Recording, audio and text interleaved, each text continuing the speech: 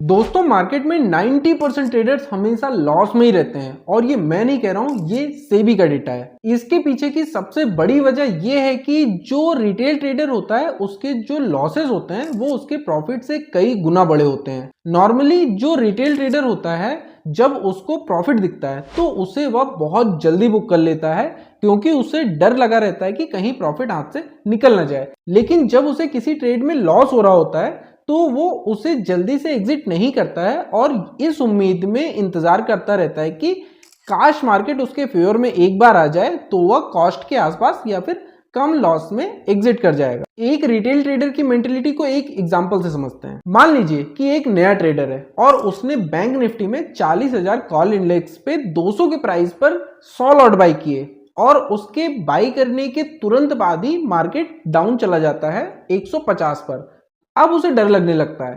फिर मार्केट 120 के लो पर आ जाता है, उसे और डर लगने लगता है। लेकिन यहां से मार्केट थोड़ा सा मूव करता है और वहां से बढ़ते हुए 200 के पार 230 पर चला जाता है और जैसे ही 230 पर पहुंचता है जो ट्रेडर होता है वो प्रॉफिट को बुक करके एग्जिट कर जाता है। लेकिन जैसे ही वह एग्जिट करता है मार्केट एक बड़ा टर्न लेता है और मूव करके 400 के पार पहुंच जाता है। अब उसे ये रिग्रेट होने लगता है कि यार अगर मैंने ये पोजीशन होल्ड की होती तो मेरे पैसे दोगुना हो गए होते एक ही दिन में।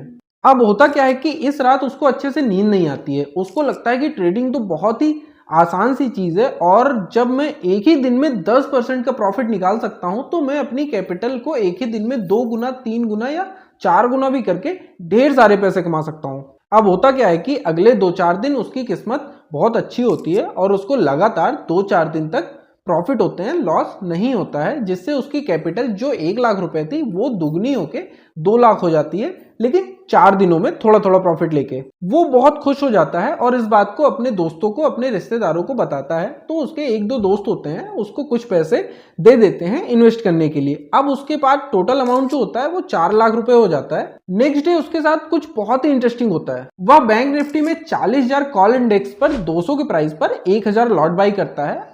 लेकिन जैसे ही वह ट्रेड बाई करता है मार्केट 200 से गिर के 150 पे आ जाता है। अब उसे यहाँ पे थोड़ा डर लगने लगता है। वो यह सोच ही रहा था कि क्या करे या क्या ना करे। तब तक अगले 2 से 3 मिनट के अंदर ही मार्केट 150 से गिर के 100 पर आ जाता है।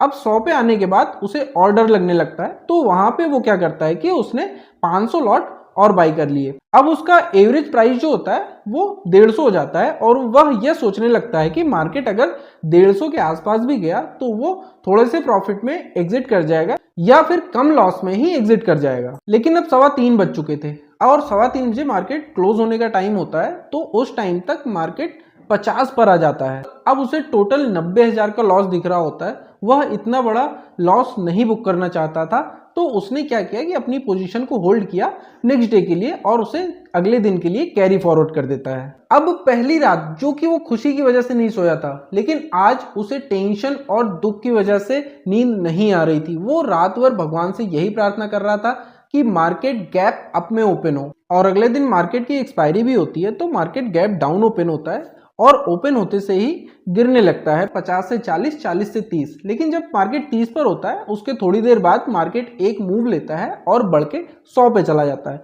जब मार्केट 100 पे चला जाता है तो उस टाइम भी ट्रेडर एग्जिट करने के मूड में नहीं होता है क्योंकि लॉस बहुत बड़ा होता है। यहाँ पर उसके पास कुछ पैसे और बचे होते हैं तो उससे वो और लॉट खरीद लेता है और सोचता है कि अगर मार्केट थोड़ा सा ऊपर जाएगा तो कम लॉस में एग्जिट कर जाएगा। लेकिन जैसे ही वह ट्रेड बाई करता है मार्केट वहां से गिरना शुरू होता है 100 से 80, 80 से 70, 70 से 60 और गिरते गिरते 10 से लेके आखिर में 5 पे आके रुक जाता है।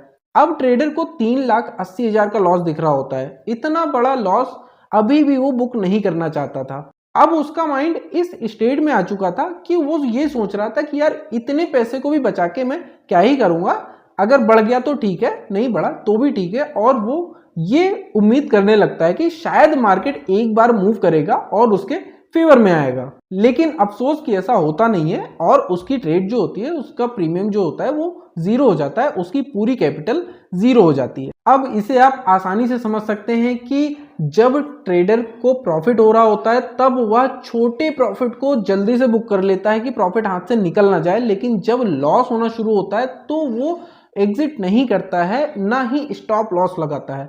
स्टॉप लॉस लगाना इसलिए भी ज़रूरी होता है कि आप अपनी कैपेसिटी के हिसाब से एक लेवल सेट कर देते हैं कि मैं इतना ही लॉस ले सकता हूं, इससे ज़्यादा का लॉस मैं नहीं ले सकता हूं, जिससे कि मैं रात में आराम से सुकून से सो सकूं और मेरे पास जो बाकी का अमाउंट है वो सेफ बचा रहे, जिससे मैं नेक्स्ट डे ट्रेड करके प्रॉफिट अर्न कर सकूं। एक्चुअली होता क्या है कि जो नए ट्रेडर्स होते हैं वो अपने दिमाग को ये समझा ही नहीं पाते हैं कि जैसे वो 20 से 30 पॉइंट का एक छोटा सा प्रॉफिट बुक कर सकते हैं, वैसे ही 20 से 30 पॉइंट का लॉस भी उन्हें बुक करना चाहिए, क्योंकि प्रॉफिट और लॉस दोनों ही मार्केट के पहलू हैं।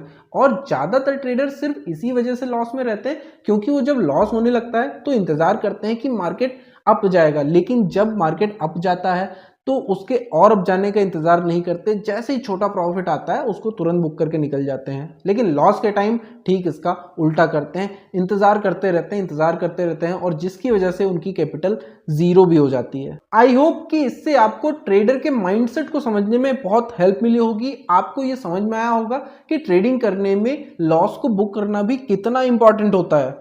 तो दोस्तों, अगर वीडियो अच्छी लगी हो तो वीडियो को एक लाइक जरूर से कर दीजिएगा, और अच्छी नहीं लगी हो तो डिसलाइक भी जरूर से कर दीजिएगा, क्योंकि मुझे पता चल सके कि अगली बार से इस टॉपिक पे वीडियो बनानी है या फिर नहीं बनानी है। तो चलिए फिर मिलते हैं नए वीडियो में, तब तक के लिए जय हिंद जय भारत।